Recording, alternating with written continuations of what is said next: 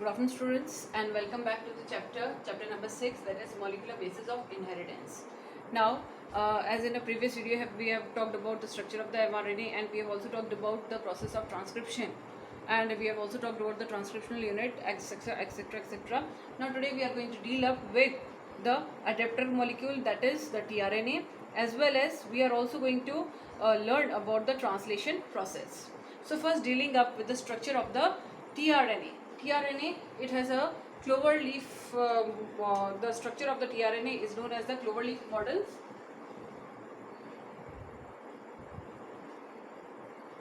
It is known as the clover leaf model. Okay, and tRNA is better known as the adapter molecule.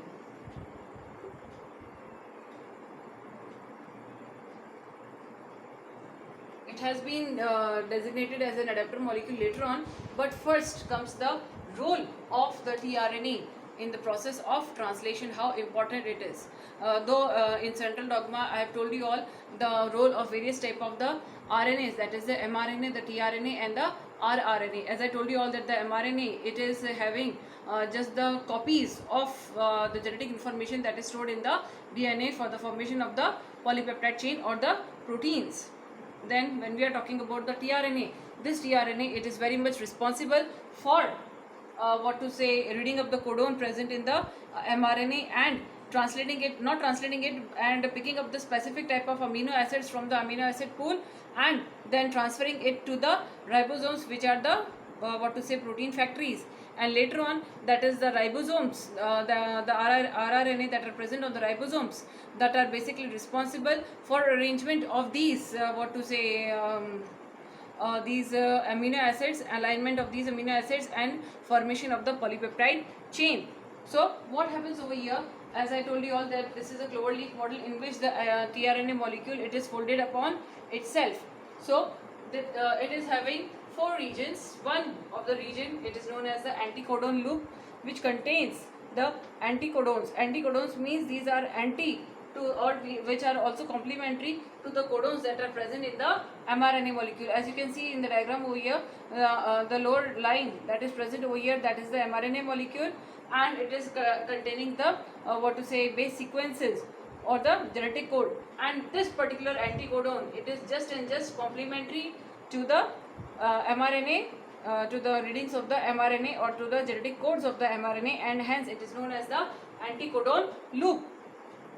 Now when we are talking about the other end of the the tRNA molecule, it is known as the amino acid binding site, where different type of amino acids corresponding to the type of the genetic code present over here. Clear? These tRNAs, these are specific for specific amino acids, and they are containing or they bind up to the specific amino acids according to the type of the genetic code or the readings present over here in the anticodon loop. Clear? So this serves as the amino acid binding site. Now this site, it is known as the ribosomal binding site. Clear? So these are the various sites of the tRNA molecule through which the tRNA performs its function in the translation process.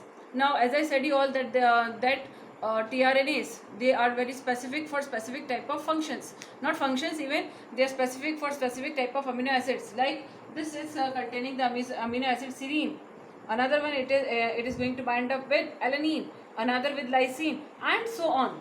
So they are specific for specific type of amino acids, and when I am saying that they are specific, that means they are going to bind up with only a specific type of amino acid and not to the other amino acid. Why? Because they are containing these codons over here, and these codons helps them in binding up to that particular type of amino acids. Clear? Now apart from this, there are certain initiation codons of course initiation codons required for the formation of the polypeptide chain, and hence there are certain special type of the tRNAs which are known as the initiator tRNAs, which helps in the initiation process of the formation of the polypeptide chain. Now further speaking on for the stop codons, that means for the termination of the for the termination of the formation of the polypeptide chain, there are no such tRNA molecules present. Clear? So that is all about the tRNA molecule, that how does it helps in binding up with the specific type of amino acids and how does it carries the information. So further, when we are going to proceed up with the translation process, what happens with the translation process? Translation,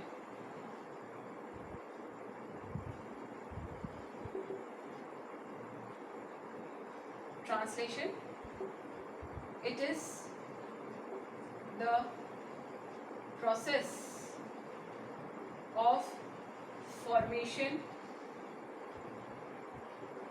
of polypeptide chain or the protein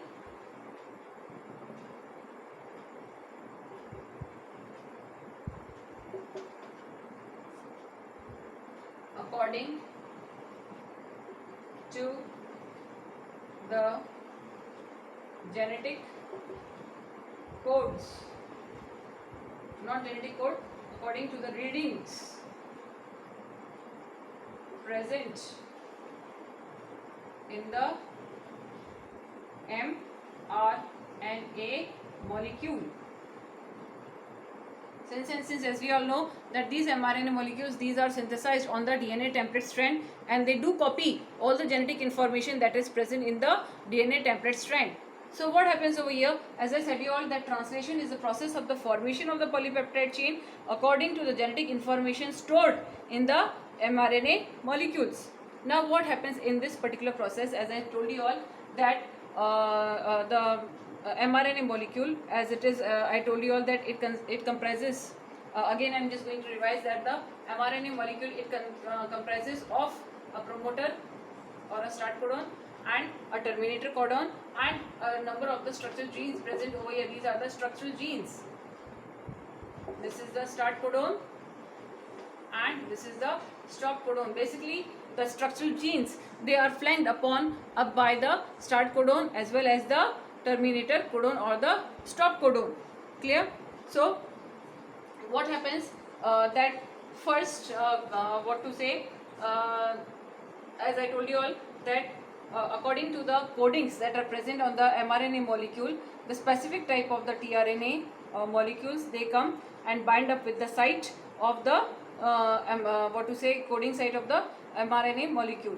Now according to the specific type of the coding that is present over here, they bind up with the amino acids that are present in the amino acid pool present in the cytoplasm of the cell.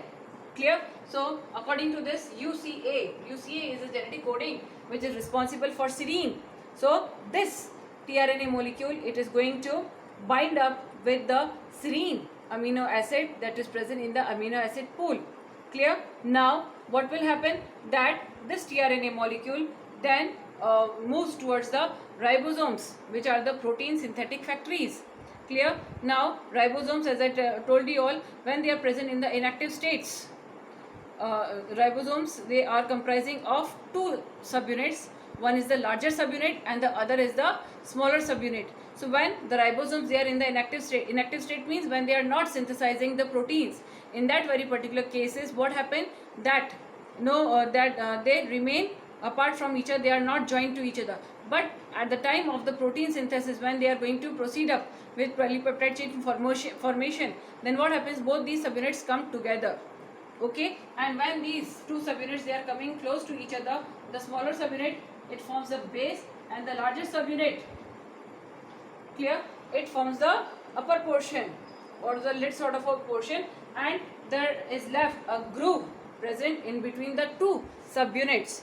Okay, the larger subunit, it is comprising of two type of the two sites where the tRNA molecules can bind up with each other. Now what happens, as the tRNA molecules, they read up the coding of the on the mRNA molecule, they move from there and they move to the amino acid pool present in the cytoplasm. They pick up the specific type of the amino acid from there and they move towards the ribosomes, and they get themselves attached to the ribosomal what